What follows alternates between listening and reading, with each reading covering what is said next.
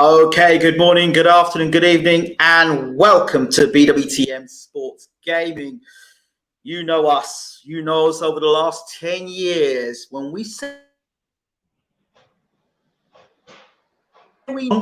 four undisputed champions have walked through or come through BWTM studios before they became undisputed. So let me know if you can remember who they are. So before we go any further, we have a very special guest all the way from Norwich. His name is Rylan Charlton. He's known as the Pint size Powerhouse. I hope I got that right. So let's bring him out. Let's bring him in. We can bring him in. There we are. Rylan, how are you doing, chap? I'm good, thank you. How are you doing? You all right? I am good. I am great. And I have to say, I don't have many fanboy moments in boxing, but when I do, they do kind of like people go, ugh. But I have to say the way you conducted yourself before the fight, during the fight, and it was almost a post-fight interview. I thought this guy's got something there. And just the way you conducted the things you were saying, I'm like, yeah, I need to get this guy as soon as possible. And first of all, congratulations, Rylan, on the win. I know you're going to say, as it's quite catchy to say for most boxers, well, I knew I was going to do it anyway. But what gave you that confidence to believe in yourself the way you did? I think just the amount of training and the amount of hard work that I'd put in. And I mean, all the last 6 fights that I had on the small hall shows, that kind of just felt like practice to me. It felt like that's just practice for this big main event. And I just felt like I worked so hard for it. I thought no one can take that away from me. This is going to be my time. And that was that. I just felt I felt so confident for that fight. And yeah, it paid off.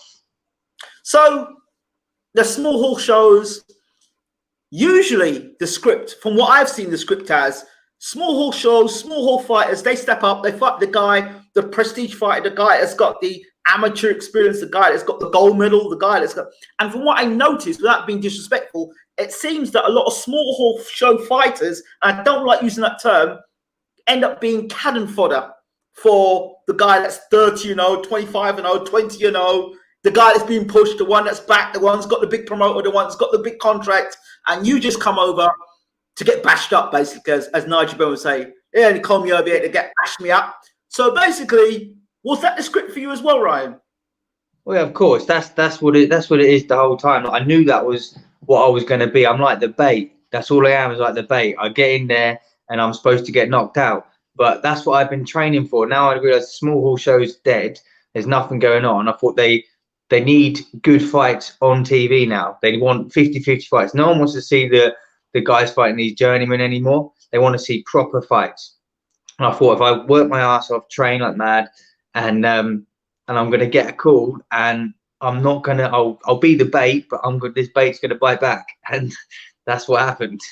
So I want to hear, so when they give you the call, because I've never really asked this question, when they give you the call and say, hey, yo, your boy, Rylan, it's all right. If you want to come and fight on a big promoter's card, and like, yeah, we'll take that fight. Do you all know, like, is there a sense that you know what's going on here, what the script is, and do you play the game, or do you say nah? I mean, how does that work for you? Because I mean, right. So I knew what that's all I was going to be, is just the stepping stone. It's going to make just a better fight, because we've both got undefeated records. So everyone wants to see two people undefeated record go at it. But on paper, he should have easily beat me with his phenomenal record of 9-0, 5 knockouts and all that. But I know for a fact I've seen the people he's fought, and I thought, this is all right. I can have a bit of this. We both boxed the same guy, and he beat him on points, and I knocked the guy out in the third. And I thought that this is a fight I can win. So I know I'm going in there as the bait and the underdog, but let's just go for it. So boxing's dead at the minute anyway, so it's might as well have something a bit exciting to go in for. So So okay, so you've got in the ring. You're standing there waiting for Joe Laws to make his way down. And he's walking down the ring. What do you think to yourself? Are you thinking to yourself, you're getting it tonight, or this is my time? What is going through your mind at that time? After all the stuff he was talking about you and what he was going to do to you, this, that, and the devil knows what. What was going through your mind at the time? I'm just thinking that this is my time. This is it. Like it's just a job at the end of the day, and I feel like this is a proper job. Like I'm getting in there. There's not had to be any ticket sales. There's not had to be any me organising coaches to get all my fans in the venue. Purely, this is a job. I'm getting in there. I'm going to do my job, and it's fight number 7. So I just thought, here we go. He's walking down there. He's ready to go. Let's do what I've learned over all these years as boxing as an amateur. I've been boxing since I was 14. Thought let's really put it all into action now. This is what it all counts for, is this moment. So also the hype coming in behind Joe Laws. There have been commentators in the past that have hyped fighters up and talk the talk and almost belittled anybody else who decides to step in the ring. Did you feel belittled before you stepped in the ring that day, or did you feel like, fair play, he's the guy that everyone's highlighting, but they're giving my dues as well? I think Eddie Hearn was saying how much of a 50-50 fight this was. So I felt kind of at home a little bit. I felt like this is where I'm supposed to be. Like the small hall shows, like there was never anyone in there watching. It just felt like, oh, well, I'm just getting in there, getting the ring in a half empty school hall or something. And I didn't ever feel that good doing them things. And I do this big one, I felt like, yeah, this is it. This is where I'm supposed to be. I didn't feel like I was out of my depth, or I didn't feel like I should feel privileged to be there. I just felt, yeah, I deserve it. Yeah, I deserve to be here right now. So the first round goes, and the commentator's going, and well, Joe Laws is this, and blah, blah, blah, and you land a body shot on him, and he winces. Yeah. What happens there inside your mindset? You see him wince. What's going on? Well, I just thought instantly. He's easy to hurt. I thought it wasn't that much of a hard shot, but I got it in there. And I thought he can be hurt here. So that's why I thought I've got this in the bag. As soon as that landed, I thought this is going to be an easy night's work, and it was. He was loading up with tremendous amount of shots. Everything was loaded up, and at no point in time did he stop from that. He was. How big a puncher is Joe Laws? 1, and 2, how easy or difficult was it for you to slip the shots? His punching power. I stepped up a weight class going to that. I'm normally light welterweight or super light, but I stepped up to his weight for this. I could feel his size. He was a bit bigger. He weighed in on day before. I think a couple of pounds heavier than me. That doesn't really make much difference, but his power that much. He felt strong. He was there, but when you're loading up with every single shot, you can see them coming, and all it takes, the shots you get knocked out by, the ones you don't see coming, and all you have to do is I found it very easy to be slipping his shots. Is just dip my knees, and they were going straight over my head, and I thought this is going to be easy. And I felt like he didn't have much of a game plan going into that. It was just focus on me and kill. That was his method, was just hunt me down and try and take my head off. But all simple as dipping your knees and coming back with shots, and the job was done. I was watching you dipping your knees and slipping from one side to the other, slipping, and there was a lot of talk. He went to Lanzarote, he changed training camp, he did this and that. Did you hear any of that, and did that have any effect on what in your own game plan? No, not at all. No, I just thought if he'd gone over to, especially Joe Laws, he's a proper character. He's like a bit of a geezer. He's a funny guy. I can imagine him over in Lanzarote training, but also probably hitting the booze. I don't know. I know if I was in Lanzarote, I'd be wanting to be on the beach and sipping a margarita and not getting punched in the head kind of thing. So none of that really bothered me, the fact that he'd gone and done that, because he can go and do wherever he wants, wherever country he wants to go to. But I feel like I could go in my garden shed and put a punch bag up and have some pads, and I can train hard there. It doesn't matter where you are. So when you landed the shot, it was an overhand right. At one minute, I saw the punch. I'm like, uh-oh. And next thing he was on the canvas. That punch, was that one you'd worked in training to throw specifically for him? Or was it just natural for you to throw that shot? That was just 100% natural for me to throw that shot. I knocked out a few people with the right hand. And yeah, it was just a natural shot. I didn't expect him. I feel like I came down and sort of chopped it down a bit. So I feel like it really must have scrambled him kind of thing. And it was just, it was a bit of a delayed reaction. But yeah, it's just a shot I always throw, really. Well, you know that you are home of Rematch Room, and you do understand that there's a possibility that they may throw a rematch at you. If that's the case, because this seems to be the common trend now of rematches, how would you respond to a rematch with Joe Laws? Or do you feel that it's time for you to move on?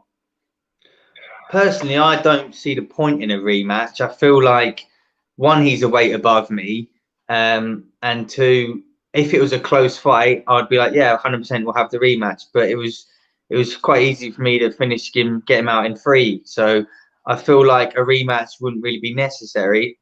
But I mean, if he wants to do a rematch, then we can do it. But we'll do it at my weight this time. Seems fair. He said some stories are coming out now that it took 40. It was only 40% in there the night he fought you. That's what's coming out now. Yeah, I feel like only 40% of him could come out because I didn't let the rest of the 60 come out because I finished him too quick. I don't know. It might be excuses. You never know. But I just feel like if you get in there in the ring, you're having a fight, nothing should stop you from doing what you do best. Like, so I see it. Let's talk a little bit more about you now. You've come out the ring, you've done your interview, and I'm listening to you now. I swear, it's like there was a talk. I'm thinking to myself, I'm listening to a young Nigel Benn. The way you were talking, it sounded like a young Nigel Benn. And I said to myself, I wonder who this guy, who his influences are in boxing. And then I read back after to look a bit more about you. I understand you were sparring with Conor Benn. Is this true? Yeah, we sparred with Conor Benn. I've sparred him quite a few times, and he's very good. He's very good work. And I go down the match room kind of quite regularly. I spar Martin Ward, sparred Joe Cordina, Ricky Burns. So I mean, I'm getting some of the best sparring you can possibly get. And I last sparred Conor the week before the fight with Joe Laws, and it was just the perfect sparring. So yeah, I mean, I definitely look up to some of them guys down there for sure. So what's it like when you're going and sparring these names? When you hear these names before you go to sparring, like, I don't know if you YouTube them first or you think, no, I'm not going to do that. I'll just go and have a spar. What goes to your mind? Do you take? Is it the name that you think about, or is it the technical aspect of it? What is it for you, or is it a bit of both? Well, I don't really look into it too much. I just feel like I go there and I just get in there and go from there, kind of thing. Like, see what is the first round, you figure them out, and then you see whether it's going to be an easy spar or a tough spar. I don't really ever look into it too much. I just go there and just kind of do the job. So at this point, it's good to talk about your trainer. Tell us a bit more about your trainer. My trainer, Frank Sichtanes. So his dad used to train me when I was an amateur. Right. So his dad trained me since I was 14 till about 20. And then I used to go off traveling quite a lot. So I sort of have half a boxing season in England, have about 5-6 fights. Then I would shoot off to Thailand for 6 months, enjoy myself. And then I'd come back and I'd do another season. I kept doing that for years. Didn't really stick to the amateur properly. And then when I came back from my last trip in 2017, I went to Central America. That was amazing. Traveled all down Central America to South America. And then I came back, and Frank, which is Frank Sichtanes, my trainer now, the son of Steve Sichtanes, he said, "What are you doing back here?" And I was like, "I'll just give it another go." He was like, "You've not come back to box amateur, have you?"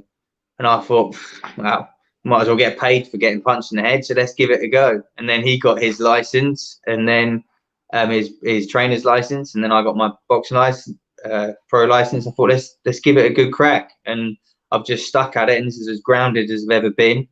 and yeah, now we're here. So who would, if a person didn't know who you were, who would you say you modeled your style off, or you are inspired by? I don't really know if I'm really that inspired by that many people. I feel like my style is just, I think it's my own little style, I suppose. But I used to love Mike Tyson as a kid, like every boxer does, kind of thing. Everyone likes knocking people out, so I used to love him. Who else? Joe Frazier was another one of my favourite ones back in the day, and his King of the Left Hook just sinking there. So I'd say those two are probably ones my idols, kind of thing. And the nickname? Yeah, well, a lot of my friends, they used to just call me Pint size because I'm 5'7", so I'm quite short. But I'm powerful, so yeah, we like, all the muscles on you, pretty ripped.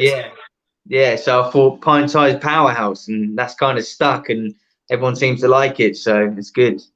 So okay, if you had your way, you said you want to be back out again by December. Are you looking to fight somebody outside of England, or are you looking for a domestic rival potentially? I really don't mind. I'll fight anyone that Eddie Hearn wants to line up for me. But I want to be on the way to belts. I don't want it to just be a pointless fight. I want it to be an 8-rounder, 10-rounder. I want something out of it, kind of thing. But I'm just going to wait and see. I'll wait and see whoever he's got for me. That's basically it. Have you had the call yet with the contract? Not yet. I've just had the thing on the Twitter of his waving with a pen and a paper, but I suppose it's only been a couple of days yet. So let the dust settle, and then I'm going to start contacting him, I suppose. Got some questions here in the room for people asking and want to put their comments in. Ruben Guerrero says, very exciting fighter. Blue Laws out of there. Compact, powerful. Nathan says, top performance there, Rylan. Thank you. Here it comes. He says, Laws damage control insane was only 40%. I mentioned that to you. Watch how Eddie starts talking rematch. He goes here. The way it is at the moment, you need a knockout to win 9 times out of 10 in the away corner. Your thoughts on that? Yeah, for sure. I always thought that I don't ever really want to let it go to the judges' scorecards, especially being the away fighter. You've got to get the knockout to guarantee the win, for sure. Yeah, that's every week we're seeing poor decisions. Yeah, I think the Ritson Vasquez one, people are having a real problem with that one. Your thoughts on that, by the way? Yeah, I feel like it was a super close fight. I didn't watch it.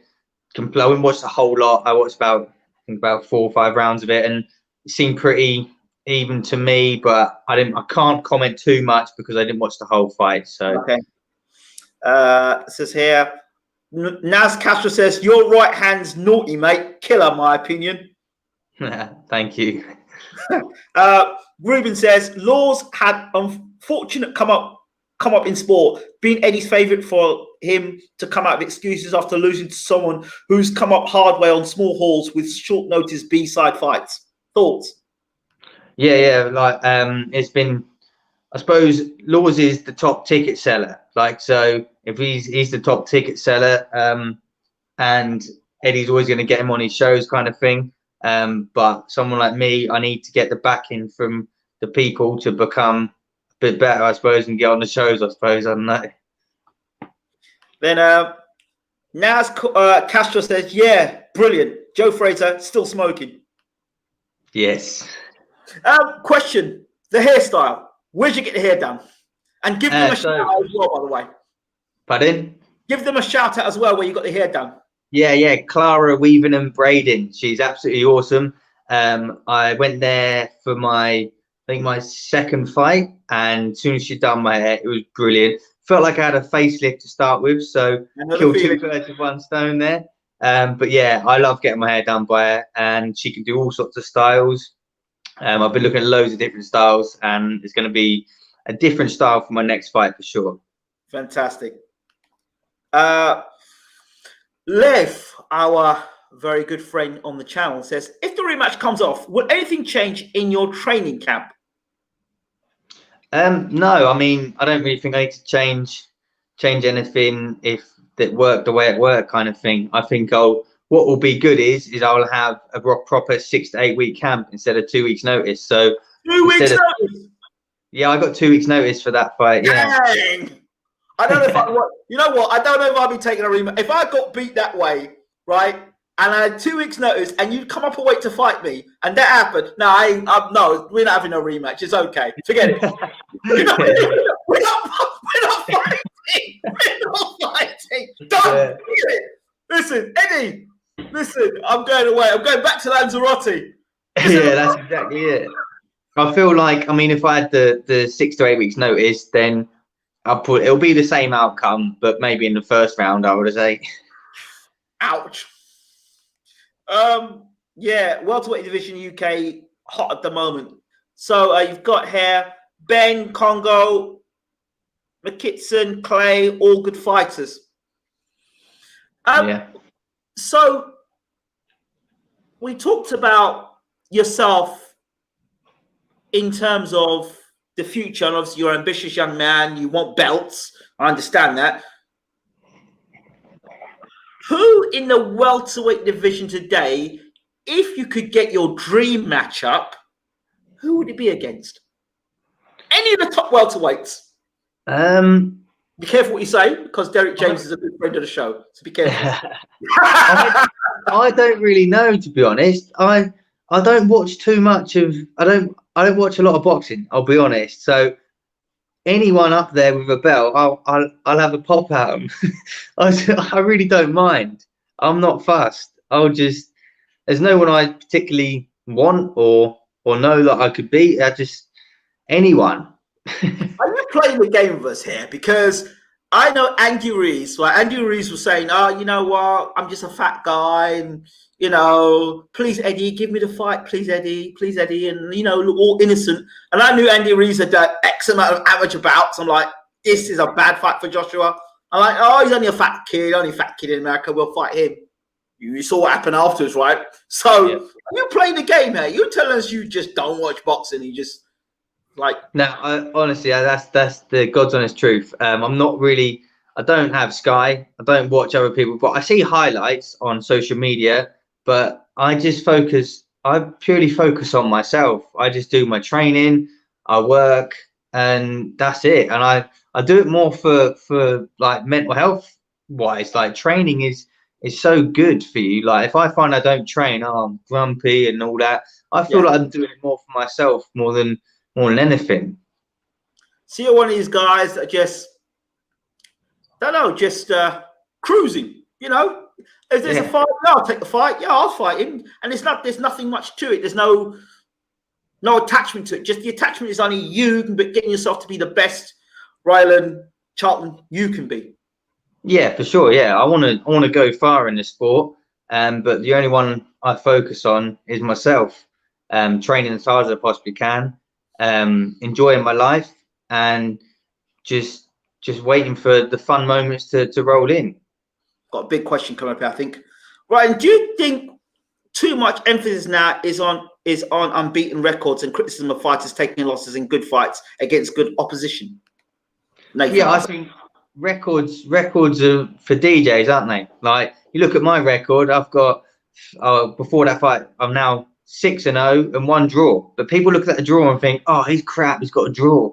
It's like at the end of the day, I fought half decent people. Every fight that I had, I never wanted to have these journeymen that have like lost like 100 fights, 1-2. I don't want to fight them. I want to fight someone that's had a couple of fights here and there. I don't want to fight these big journeymen. I want to fight some journeymen that are coming to win. So they're game and they want to have a fight, and that's what I've always done. So hence the draw on my record was, I'd hate trying to say excuses, but I had pullouts after pullouts all the time, and this one was matched up 3 days notice, and it was a guy that came in at 10 stone 12, and I had got down to 10 stone for the fight. So I ended up loading myself up with crap food, and then end up weighing in 10 stone 8, and that's not my weight, but I couldn't not come in any heavier because how big he was. So yeah, but records don't mean anything. At the end of the day, look at Joe Law's, it's fantastic record, and you look at mine and not so good, but I wiped him out in 3. So Yeah. Sporting and Fun asked the question. Oh, needs to change his nickname to Stone Hands. Rylan is crushing forwards. Great display this weekend. Thank you very much. Yeah, I feel like the pint-sized powerhouse is going to be sticking now.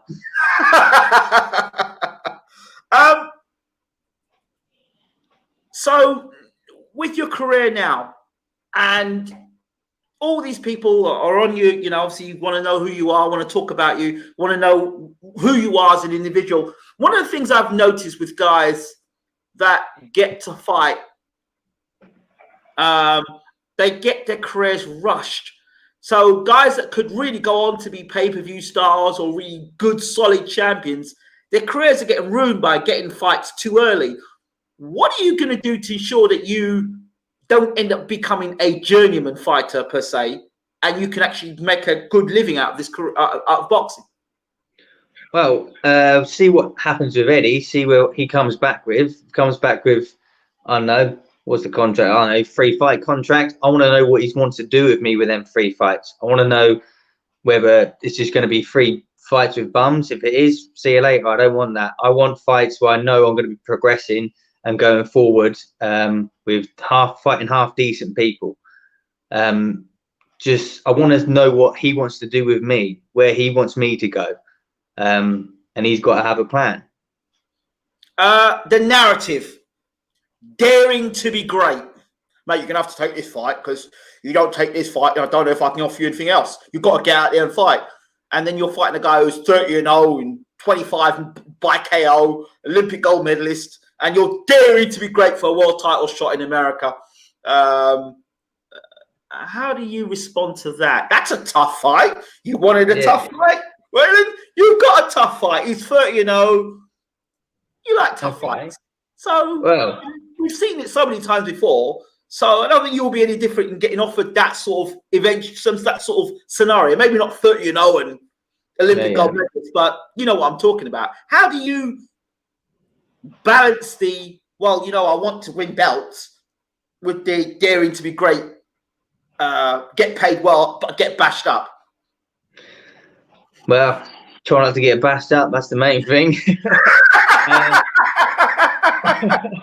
I just feel like, I don't know. I mean, if it comes to that, then I'll weigh up my options, and then I'll get in the gym and get training for it. Let's have it.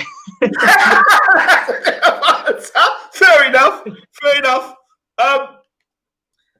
Rylan becomes a British hardcore favourite now. He's dispatched laws like a fizzy. Haha, he says. Well, Okay, like fizzy. Well, yeah, it's all good, isn't it? So I won't keep much longer. A final question I'm going to ask you is, how do people contact you on social media and reach out to you? Well, since Saturday, my social media's been going crazy. I'm trying to get through as many messages as possible and respond to all the lovely messages that everyone sent.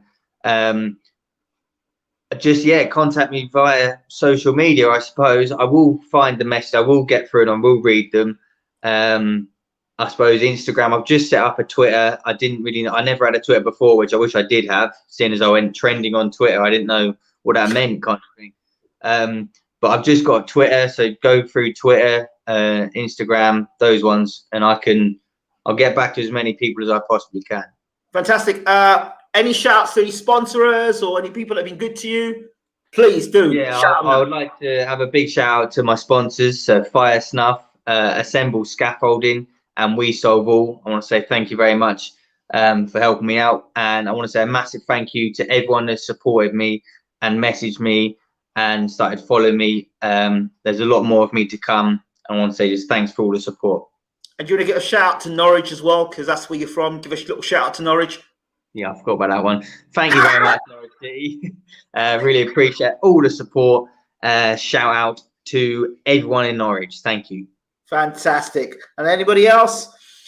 Which are some of your favourite fighters of all time? People are asking. Of course, we answered that earlier on. But good luck, says Naz Castro, on your next fight. Massive fan. Welcome to the BWTM family, Rylan. You're welcome to be back on the show anytime you want. Announce your next fight. This is your home now. Feel free. All right. Lovely. Thank you very much. I appreciate that. Thank you. Rylan Charlton, the pint-sized powerhouse. Once again, thank you for being on BWTM. Cheers. Thank you very much. Okay. Everybody, thank you so much for watching. That was Rylan Charlton from Norwich, the unbeaten welterweight or light welterweight. See you soon. Take care.